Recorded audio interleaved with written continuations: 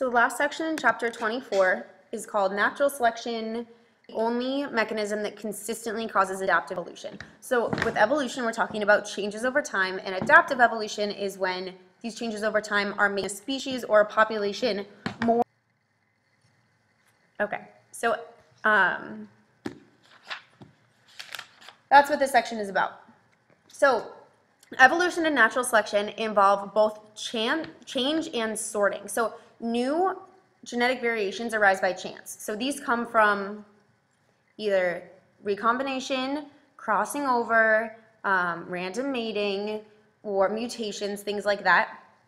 And so they come by chance. So we know that. New mutations, new traits in a population they come from chance. And so these, the ones that are the best, the ones that are the most beneficial or the most, will help the individual be the most fit in their environment are sorted and favored by natural selection. What that means is we can look at the alleles and say, okay, this one's the best for the environment. Having long legs, if you're a bird, is the best in this environment. And those ones are going to be the ones that are favored by natural selection, meaning those are going to be the ones who survive. They outcompete everyone else because they're more able to survive and reproduce, and they pass on the genes for long legs. And so only natural selection will consistently bring us to adaptive evolution. Yes, no.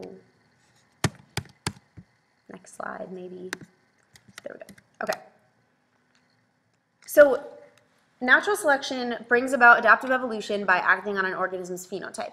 What that means is that no matter the genotype of the individual, it only acts on the phenotype. So if you have long legs by your genotype, but for whatever reason they got cut off, now you have short legs. Natural selection doesn't care that your genotype says long legs. It only cares that you have short legs. So it's going to act on the phenotype. So the term that is often used is relative fitness. And relative fitness is,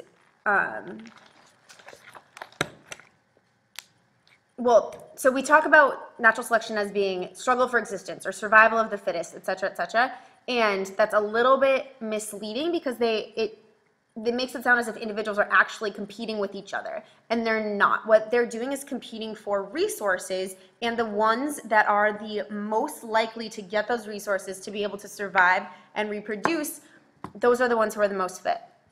And so reproductive success is much more subtle than that, and it's based on a lot of factors. And so that's why survival of the fittest or struggle for existence is a little bit misleading because it's a bigger picture than that.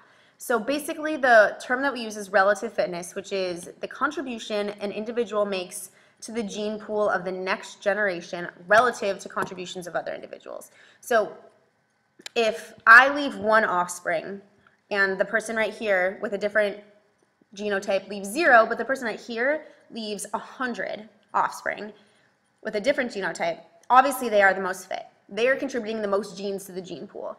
My genes might be the most adaptive to the environment, but for whatever reason, I'm only contributing 1 offspring. So my relative fitness is much lower because my genes have a much smaller percentage in the next generation.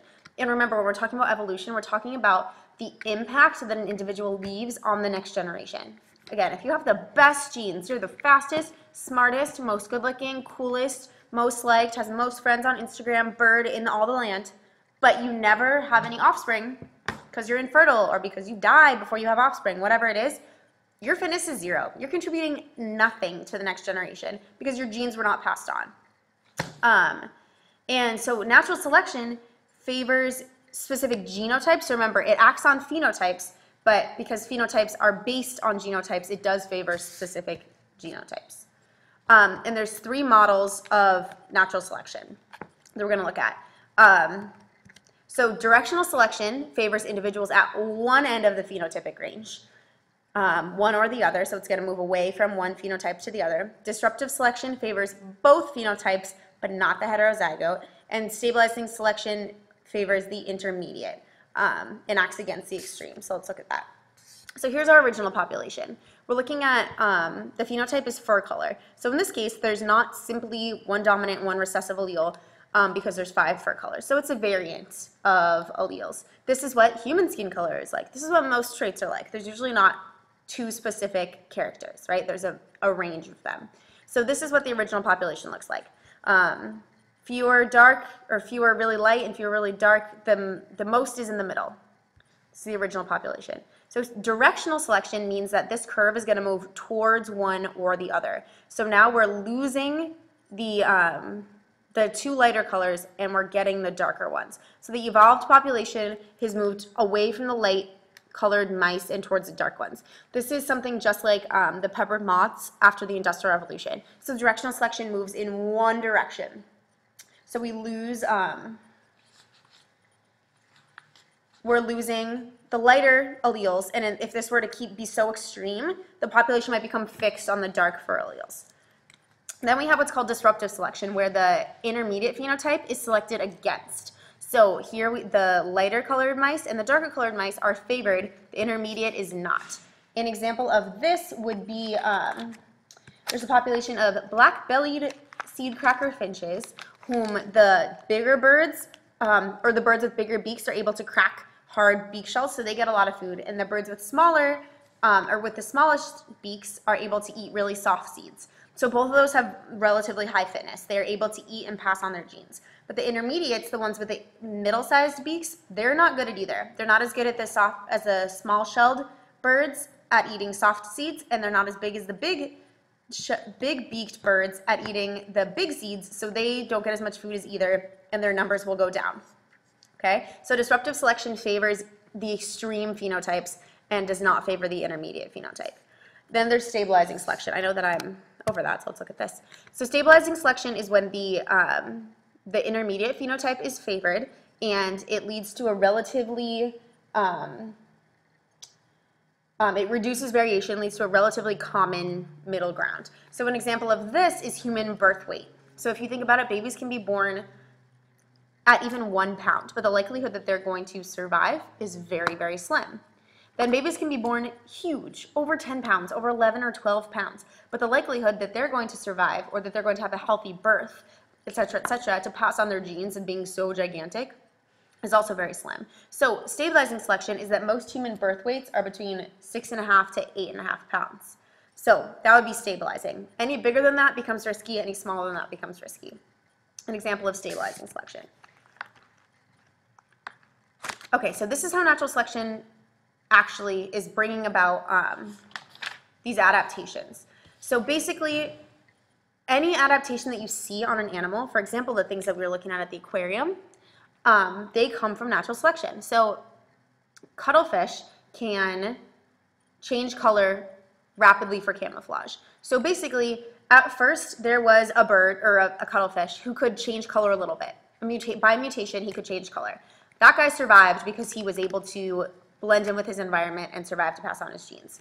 Then that gene was present in the next generation. So it became more and more prevalent that fish that could blend in to survive, or blend in to avoid predation,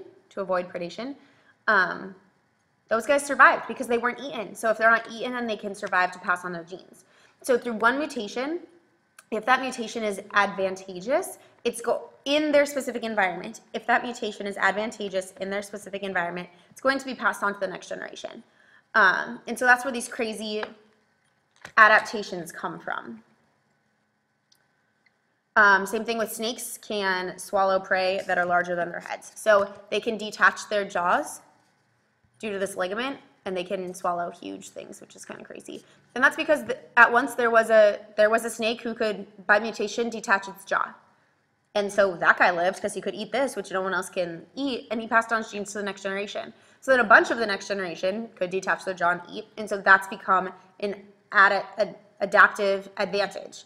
It's evolutionarily advantageous to be a snake and be able to open your jaw all the way to eat something that's bigger than your face.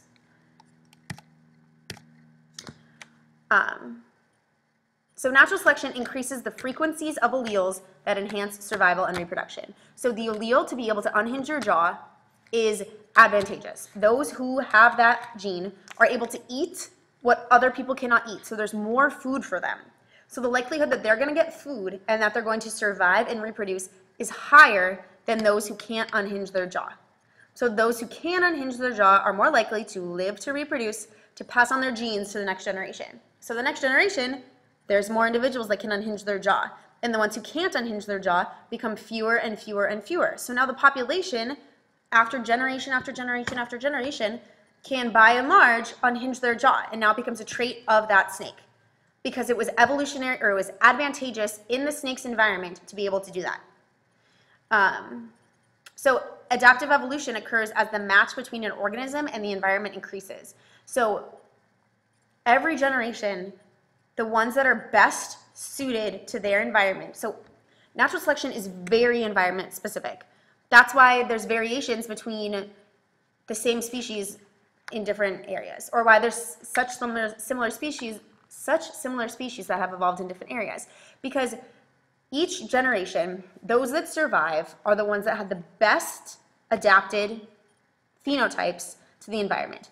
For whatever reason, in their environment, with their food sources, with their competition, with their predators, with the natural geography, they had the traits, they were able to survive and reproduce. So now the next generation has the traits that were able to survive and reproduce. And the ones that didn't, do not, and they're dead, and their genes are gone. So every generation becomes more and more adapted to the environment. And so because the environment can change, adaptive evolution is a continuous process, right? The earth is not staying the same. The food sources are not staying the same. The geography is not staying the same. The water is not staying the same. The length of days is not staying the same. Every factor is changing. That's why evolution never stops, because we're constantly adapting to our changing environment. And something that's in the environment is our food sources, or what feeds on us. And as they adapt, we have to adapt in response to their adapting. So if you're a rabbit that gets eaten by a fox, and the foxes are adapting to you, they're getting faster, you have to make some changes, or your species, generation after generation, is going to have to make some changes, otherwise the foxes are going to eat all of you. Okay? So in regards to changing environment, including evolution of other animals, or adaptive evolution has to continue to happen. So genetic drift and gene flow that we just learned about do not consistently lead to adaptive evolution because they're by chance, but they can.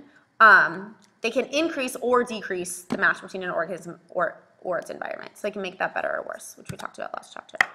Okay, so sexual selection is is natural selection for mating success, basically. So this results in sexual dimorphism. Think about that word. Sexual meaning between the two genders. Dimorphism. Di meaning two, morph meaning shape. So sexual dimorphism is when there's two distinct differences between the sexes in secondary sex characteristics. So that is like peacocks, oh, that's in your book. Peacocks, the males are beautiful big tails, very showy, etc., and the females are brown. Not exciting. That's because the males are trying to attract a mate. So they have evolved. The females want a beautiful male peacock. So the ones that are more beautiful are the ones that are going to be able to survive and pass on their genes. So all of the ugly male peacocks die because they never pass on their genes. So they never pass on their ugly genes. So every generation, the peacocks would get more beautiful and more beautiful until they became the way they are today. So there's the peacocks. So here's the beautiful male, and here's the really ugly female. So there's two kinds of sexual selection. There's intra-sexual selection, which is competition among individuals of one sex for mates of the opposite sex. So males will actually compete or psychologically compete for females. So if that's why some deer have bigger horns, they'll fight for females, etc., etc. So that's between genders. Then there's so intra means within, inter means between. Intersexual selection, also called mate choice, is when members of one sex are choosing a member of another sex. So so this is how males, like the peacock, become beautiful, because the females are choosing which one they want to mate with.